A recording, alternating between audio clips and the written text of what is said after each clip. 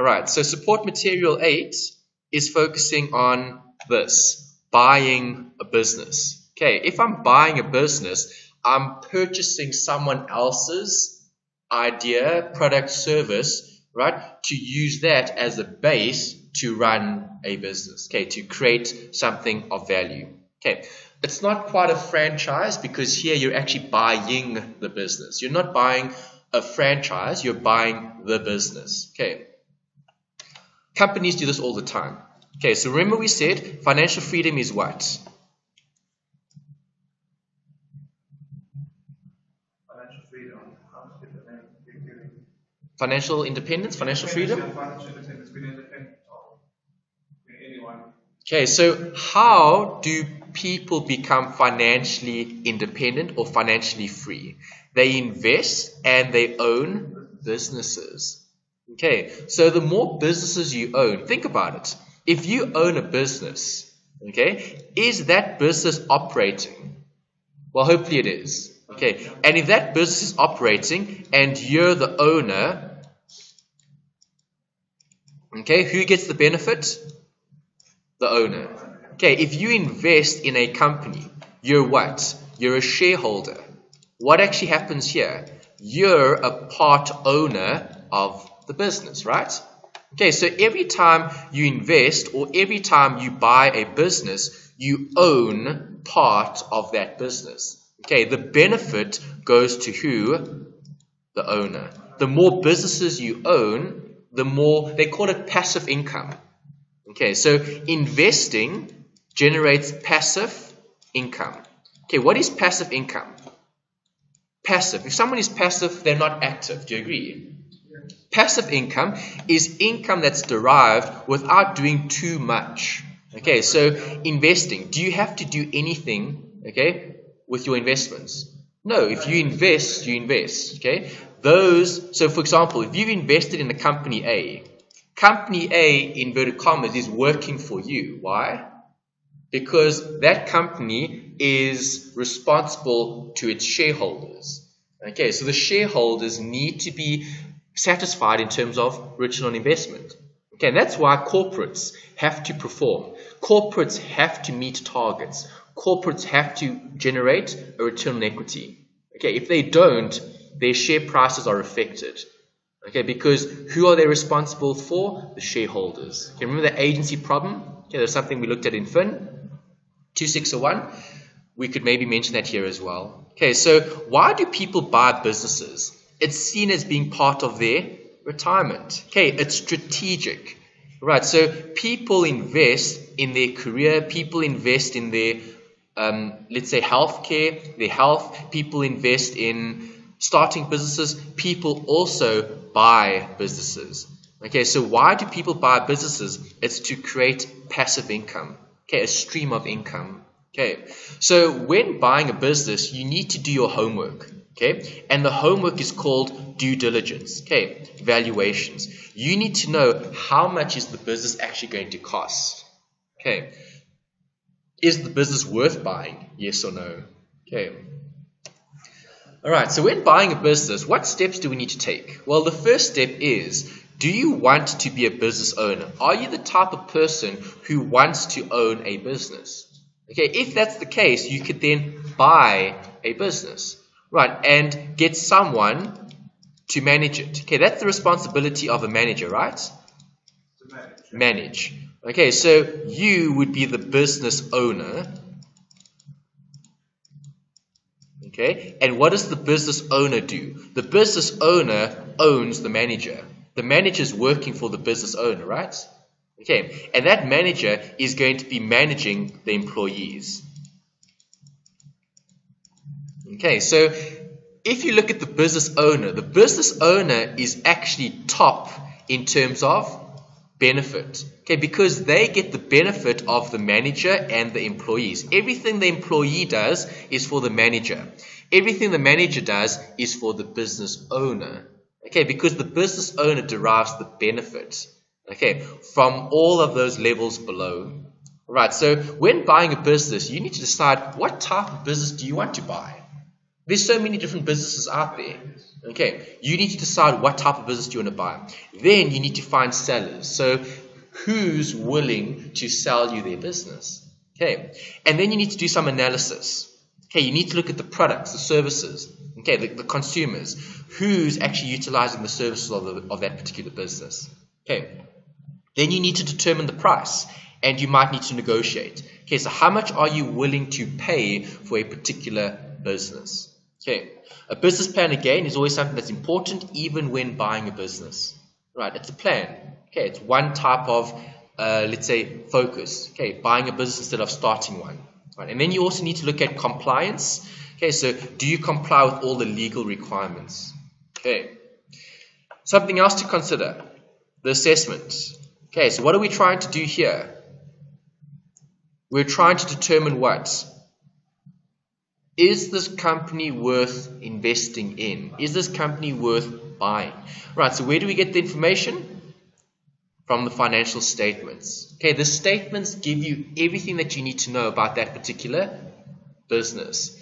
Right, and if you're comfortable buying a part of that business, you would then reap the benefit of receiving a certain amount of profit. Okay, because you're the shareholder or you're the business owner. Okay, so what methods do we have for comparing companies? There's lots. Okay, we could use ratios. We could look at finance, break-even analysis. We could look at percentages. We could look at indexing. Okay, we could look at competitors. We could look at bank statements, income tax. We could look at VAT returns. Okay, we could look at so many different documents that gives us a good idea of that particular business. Is this business good or bad? Okay, is this business successful or not? Is this business going to create an opportunity for growth or not? Okay, and then a note over here about due diligence. That's what they call it in terms of corporate. So corporates talk about due diligence. Okay, mergers and acquisitions, M&A. Okay, mergers and acquisitions. Okay, even businesses buy businesses. Right, that happens all the time. Why? Ownership. Okay, the more businesses you own, the more benefit you have for shareholders. Right, so companies buy companies. Okay, and what do? They do due diligence. Okay, and due diligence is looking at your, inverted commas, homework. Okay, getting information, looking at your investment considerations, working out risk and return. Is it worth buying this business? Right, what cash flows is this business going to generate? Okay, so I want you to think of some advantages and disadvantages for buying a business.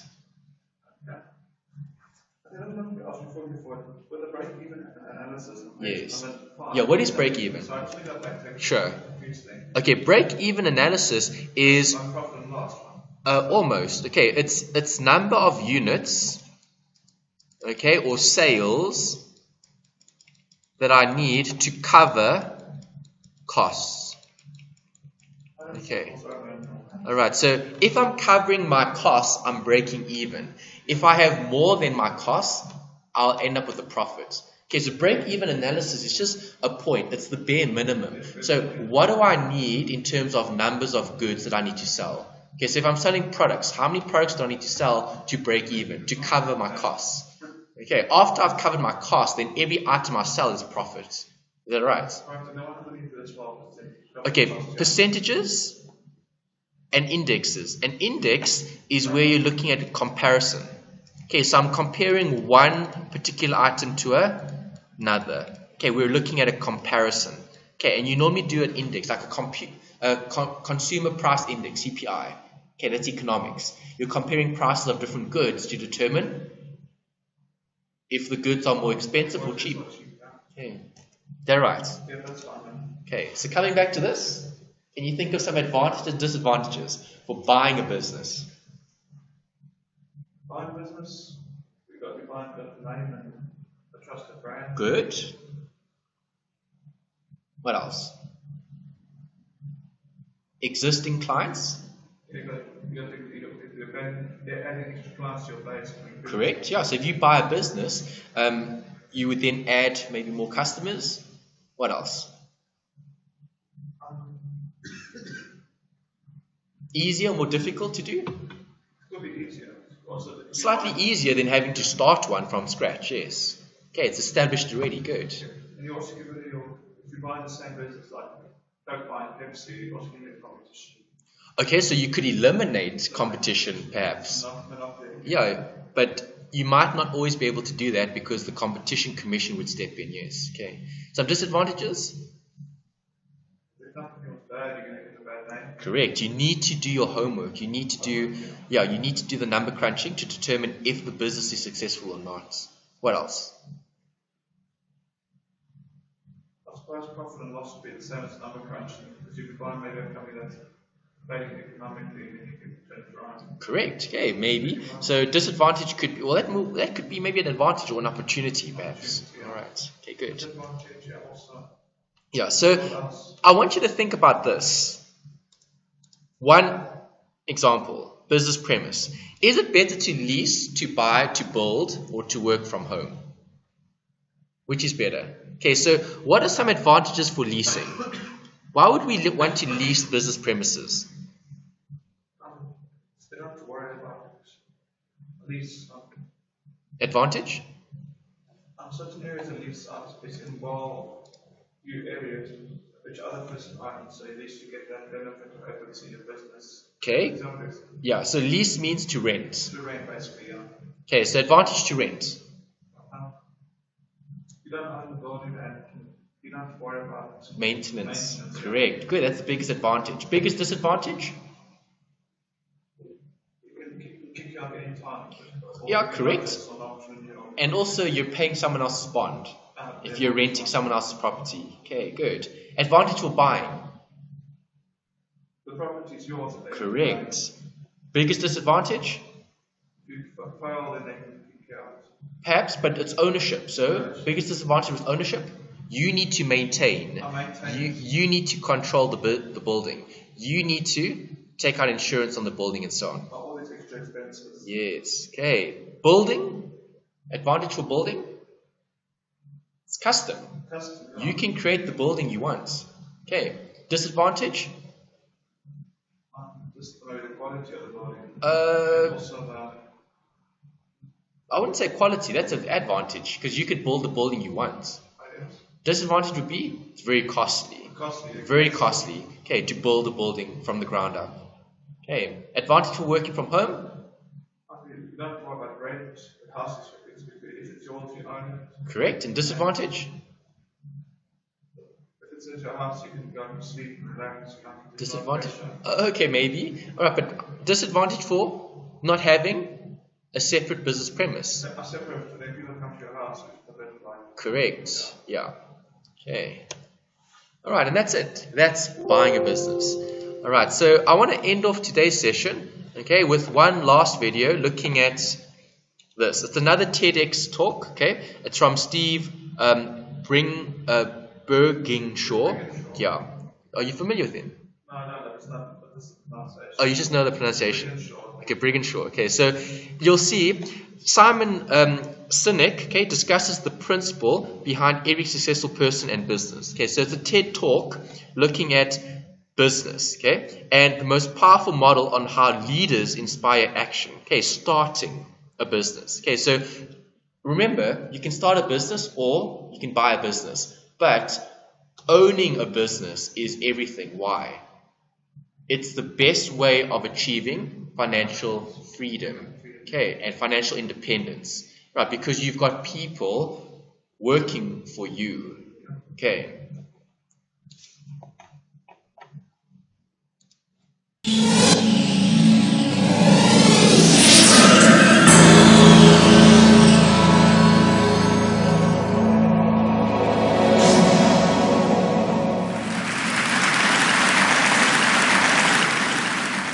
How do you explain when things don't go as we assume? Or better, how do you explain when others are able to achieve things that seem to defy all of the assumptions? For example, why is Apple so innovative? Year after year after year after year, they're more innovative than all their competition. And yet, they're just a computer company. They're just like everyone else. They have the same access to the same talent, the same agencies, the same consultants, the same media. Then why is it that they seem to have something different? Why is it that Martin Luther King led the civil rights movement? He wasn't the only man who suffered in a pre-civil rights America, and he certainly wasn't the only great orator of the day. Why him? And why is it that the Wright brothers were able to figure out controlled powered manned flight when there were certainly other teams who were better qualified, better funded, and they didn't achieve powered manned flight, and the Wright brothers beat them to it? There's something else at play here. About 3.5 years ago, I made a discovery, and this discovery profoundly changed my view on how I thought the world worked, and it even profoundly changed the way in which I operate in it. As it turns out, there's a pattern. As it turns out, all the great and inspiring leaders and organizations in the world, whether it's Apple or Martin Luther King or the Wright brothers, they all think, act, and communicate the exact same way, and it's the complete opposite to everyone else. All I did was codify it. And it's probably the world's simplest idea. I call it the golden circle.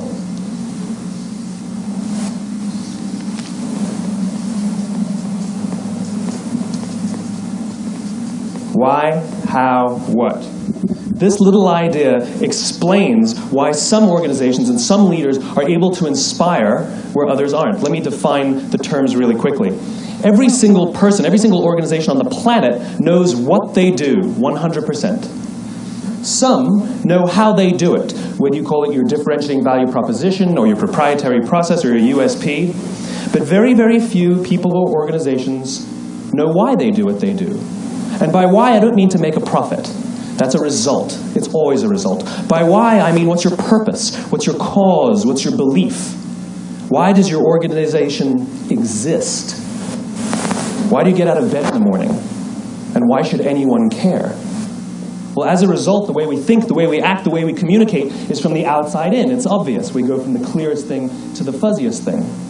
But the inspired leaders and the inspired organizations, regardless of their size, regardless of their industry, all think, act, and communicate from the inside out. Let me give you an example. I use Apple because they're easy to understand and everybody gets it. If Apple were like everyone else, a marketing message from them might sound like this. We make great computers. They're beautifully designed, simple to use, and user-friendly. Want to buy one? Meh. And that's how most of us communicate. That's how most marketing is done, that's how most sales is done, and that's how most of us communicate interpersonally. We say what we do, we say how we're different or how we're better, and we expect some sort of behavior, a purchase, a vote, something like that. Here's our new law firm. We have the best lawyers with the biggest clients. We have, we always perform for our clients, do business with us. Here's our new car. It gets great gas mileage. It has, leather seats. Buy our car. But it's uninspiring. Here's how Apple actually communicates. Everything we do, we believe in challenging the status quo. We believe in thinking differently. The way we challenge the status quo is by making our products beautifully designed, simple to use, and user-friendly. We just happen to make great computers. Want to buy one? Totally different, right? You're ready to buy a computer from me. All I did was reverse the order of the information. What it proves to us is that people don't buy what you do, people buy why you do it. People don't buy what you do, they buy why you do it. This explains why every single person in this room is perfectly comfortable buying a computer from Apple. But we're also perfectly comfortable buying an MP3 player from Apple, or a phone from Apple, or a DVR from Apple. But as I said before, Apple's just a computer company. There's nothing that distinguishes them structurally from any of their competitors. Their competitors are all equally qualified to make all of these products. In fact, they tried. A few years ago, Gateway came out with flat-screen TVs. They're eminently qualified to make flat-screen TVs. They've been making flat-screen monitors for years. Nobody bought one. And Dell came out with MP3 players and PDAs. And they make great quality products, and they can make perfectly well-designed products, and nobody bought one. In fact, talking about it now, we can't even imagine buying an MP3 player from Dell. Why would you buy an MP3 player from a computer company? But we do it every day. People don't buy what you do, they buy why you do it. The goal is not to do business with everybody who needs what you have. The goal is to do business with people who believe what you believe. Here's the best part. None of what I'm telling you is my opinion. It's all grounded in the tenets of biology, not psychology, biology. If you look at a cross-section of the human brain, looking from the top down, what you see is the human brain is actually broken into three major components that correlate perfectly with the golden circle. Our newest brain, our Homo sapien brain, our neocortex, corresponds with the what level. The neocortex is responsible for all of our rational and analytical thought and language. The middle two sections make up our limbic brains, and our limbic brains are responsible for all of our feelings, like trust and loyalty. It's also responsible for all human behavior, all decision-making, and it has no capacity for language. In other words, when we communicate from the outside in, yes, people can understand vast amounts of complicated information like features and benefits and facts and figures. It just doesn't drive behavior. When we communicate from the inside out, we're talking directly to the part of the brain that controls behavior, and then we allow people to rationalize it with the tangible things we say and do. This is where gut decisions come from. You know, sometimes you can give somebody all the facts and your figures, and you say, I know what all the facts and details say, but it just doesn't feel right. Why would we use that verb? It doesn't feel right. Because the part of the brain that controls decision-making doesn't control language. And the best we can muster up is, I don't know, it just doesn't feel right. Or sometimes you say you're leading with your heart, or you're leading with your soul. Well, I hate to break it to you, those aren't other body parts controlling your behavior. It's all happening here in your limbic brain, the part of the brain that controls decision-making and not language. But if you don't know why you do what you do, and people respond to why you do what you do, then how will you ever get people to vote for you or buy something from you, or more importantly, be loyal and want to be a part of what it is that you do? Again, the goal is not just to sell people who need what you have. The goal is to sell to people who believe what you believe. The goal is not just to hire people who need a job. It's to hire people who believe what you believe. I always say that, you know, if you hire people just because they can do a job, they'll work for your money. But if you hire people who believe what you believe, they work for you with blood and sweat and tears. And nowhere else is there a better example of this than with the Wright brothers. Most people don't know about Samuel Pierpont Langley. And back in the early 20th century, the pursuit of powered man flight was like the .com of the day. Everybody was trying it. And Samuel Pierpont Langley had what we assume to be the recipe for success. I mean, even now, you ask people, why did your product or why did your company fail? And people always give you the same permutation of the same three things. Undercapitalized, the wrong people, bad market conditions. It's always the same three things. So let's explore that. Samuel Pierpont Langley was given $50,000 by the War Department to figure out this flying machine. Money was no problem. He held a seat at Harvard and worked at the Smithsonian and was extremely well connected. He knew all the big minds of the day. He hired the best minds money could find, and the market conditions were fantastic. The New York Times followed him around everywhere, and everyone was rooting for Langley. And how come we've never heard of Samuel Pierpont Langley? A few hundred miles away in Dayton, Ohio, Orville and Wilbur Wright. They had none of what we consider to be the recipe for success. They had no money. They paid for their dream with the proceeds from their bicycle shop. Not a single person on the Wright brothers' team had a college education, not even Orville or Wilbur. And the New York Times followed them around nowhere. The difference was Orville and Wilbur were driven by a cause, by a purpose, by a belief. They believed that if they could figure out this flying machine, it'll change the course of the world. Samuel Pierpont Langley was different. He wanted to be rich, and he wanted to be famous. He was in pursuit of the result. He was in pursuit of the riches. And lo and behold, look what happened. The people who believed in the Wright brothers' dream worked with them with blood and sweat and tears. The others just worked for the paycheck. And they tell stories of how every time the Wright brothers went out, they would have to take 5 sets of parts because that's how many times they would crash before they came in for supper. And eventually, on December 17th, 1903, the Wright brothers took flight. And no one was there to even experience it. We found out about it a few days later. And further proof that Langley was motivated by the wrong thing, the day the Wright brothers took flight, he quit. He could have said, that's an amazing discovery, guys. Now we'll improve upon your technology. But he didn't. He wasn't first. He didn't get rich. He didn't get famous. So he quit. People don't buy what you do, they buy why you do it. And if you talk about what you believe, you will attract those who believe what you believe. Well, why is it important to attract those who believe what you believe? Something called the law of diffusion of innovation. And if you don't know the law, you definitely know the terminology. The first 2.5% of our population are our innovators. The next 13.5% of our population are our early adopters. The next 34% are your early majority, your late majority, and your laggards. The only reason these people buy touch-tone phones is because you can't buy rotary phones anymore.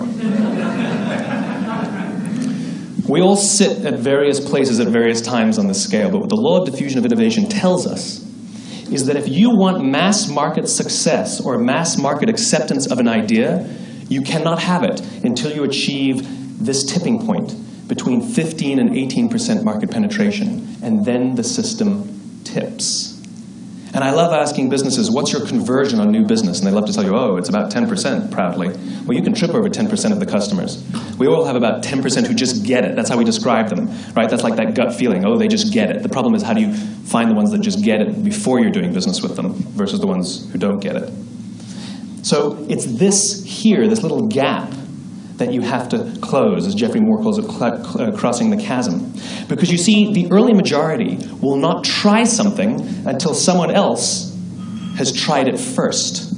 And these guys, the innovators and the early adopters, they're comfortable making those gut decisions. They're more comfortable making those intuitive decisions that are driven by what they believe about the world, and not just what product is available. These are the people who stood online for 6 hours to buy an iPhone when they first came out, when you could have just walked into the store the next week and bought one off the shelf. These are the people who spent $40,000 on flat-screen TVs when they first came out, even though the technology was substandard. And by the way, they didn't do it because the technology was so great. They did it for themselves. It's because they wanted to be first. People don't buy what you do, they buy why you do it. And what you do simply proves what you believe. In fact, people will do the things that prove what they believe. The reason that person bought the iPhone in the first 6 hours, or stood in line for 6 hours, was because of what they believed about the world and how they wanted everybody to see them. They were first. People don't buy what you do, they buy why you do it. So let me give you a famous example, a famous failure and a famous success of the law of diffusion of innovation. First, the famous failure. It's a commercial example. As we said before a second ago, the recipe for success is money and the right people and the right marketing conditions, right? You should have success then. Look at TiVo. From the time TiVo came out about 8 or 9 years ago to this current day, they are the single highest quality product on the market. Hands down, there is no dispute. They were extremely well funded. Market conditions were fantastic. I mean, we use TiVo as a verb. I TiVo stuff on my piece of junk Time Warner DVR all the time. But TiVo is a commercial failure. They've never made money. And when they went IPO, their stock was at about $30 or $40 and then plummeted, and it's never traded above 10. In fact, I don't think it's even traded above 6, except for a couple of little spikes. Because you see, when TiVo launched their product, they told us all what they had. They said, we have a product that pauses live TV, skips commercials, rewinds live TV, and memorizes your viewing habits without you even asking. And the cynical majority said, we don't believe you, we don't need it, we don't like it, you're scaring us. What if they had said, if you're the kind of person who likes to have total control over every aspect of your life, boy, do we have a product for you. It pauses live TV, skips commercials, memorizes your viewing habits, etc., etc. People don't buy what you do, they buy why you do it, and what you do simply serves as the proof of what you believe. Now let me give you a successful example of the law of diffusion of innovation. In the summer of 1963, 250,000 people showed up on the Mall in Washington to hear Dr. King speak. They sent out no invitations, and there was no website to check the date. How do you do that? Well, Dr. King wasn't the only man in America who was a great orator. He wasn't the only man in America who suffered in a pre-civil rights America. In fact, some of his ideas were bad. But he had a gift. He didn't go around telling people what needed to change in America. He went around and told people what he believed. I believe, I believe, I believe, he told people. And people who believed what he believed took his cause and they made it their own, and they told people. And some of those people created structures to get the word out to even more people. And lo and behold, 250,000 people showed up on the right day, on the right time, to hear him speak. How many of them showed up for him? 0. They showed up for themselves. It's what they believed about America that got them to travel on a bus for 8 hours to stand in the sun in Washington in the middle of August. It's what they believed. And it wasn't about black versus white. 25% of the audience was white. Dr. King believed that there were 2 types of laws in this world, those that are made by a higher authority and those that are made by man. And not until all the laws that are made by man are consistent with the laws that are made by the higher authority will we live in a just world. It just so happens that the civil rights movement was the perfect thing to help him bring his cause to life. We followed him not for him, but for ourselves. And by the way, he gave the I have a dream speech, not the I have a plan speech.